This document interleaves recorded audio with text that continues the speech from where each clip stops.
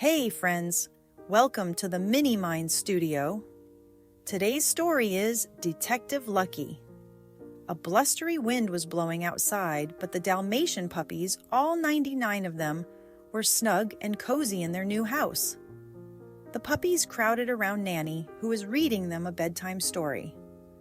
Lucky loved bedtime stories. He especially loved ones about detectives. He wished he could be a detective. When Nanny's story was over, Pongo and Perdita tucked the puppies into bed. But Lucky wasn't tired, not even a little bit. He couldn't stop thinking about all the mysteries he would solve if he were a detective. One by one, the other puppies drifted off to sleep. Soon, Lucky was the only one still awake.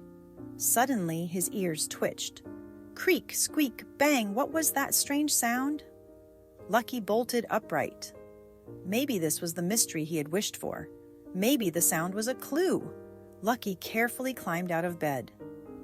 His parents were in the living room with Roger and Anita. No one would notice Lucky slipped through the doggy door. He could go outside, find some clues, crack the case, and be back before anyone even knew he'd left. Lucky scampered outside. He looked around.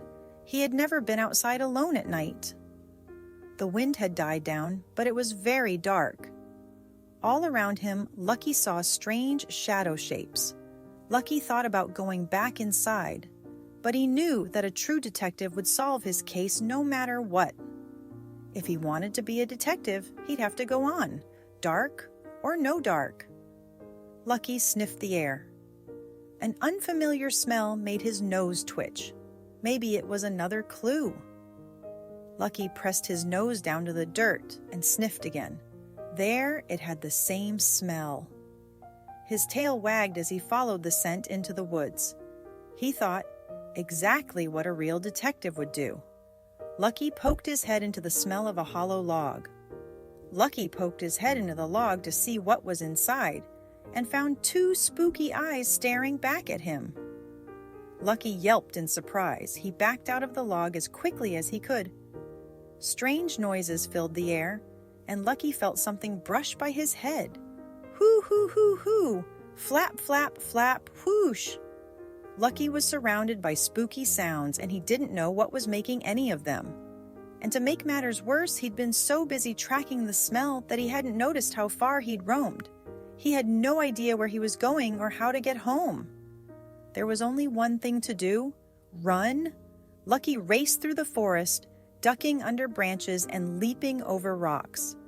When the trees began to thin, he charged forward, running faster and faster until wham! He knocked right into someone. In a flurry of fur and tails and hisses and growls, Lucky and the stranger tumbled over and over and over. Then the puppy heard a familiar voice. "Lucky, is that you?"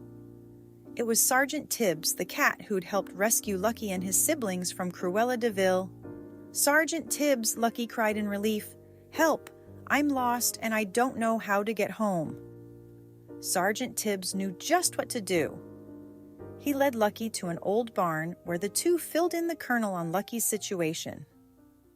"This calls for the midnight bark," the colonel said. The colonel lumbered over to the door and howled into the night. Lucky waited anxiously for a response. At last it came.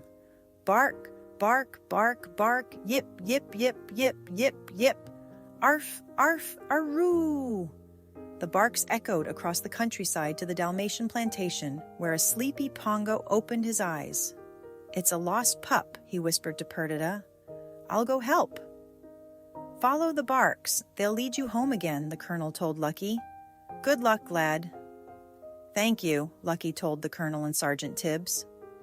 Then, listening closely, he ran into the night. The colonel was right.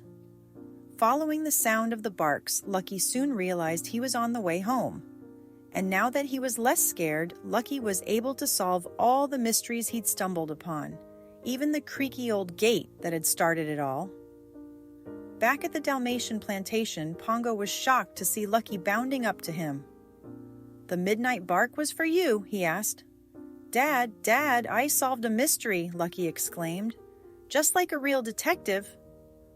Tell me about it in the morning, Pongo whispered as he led Lucky back to bed.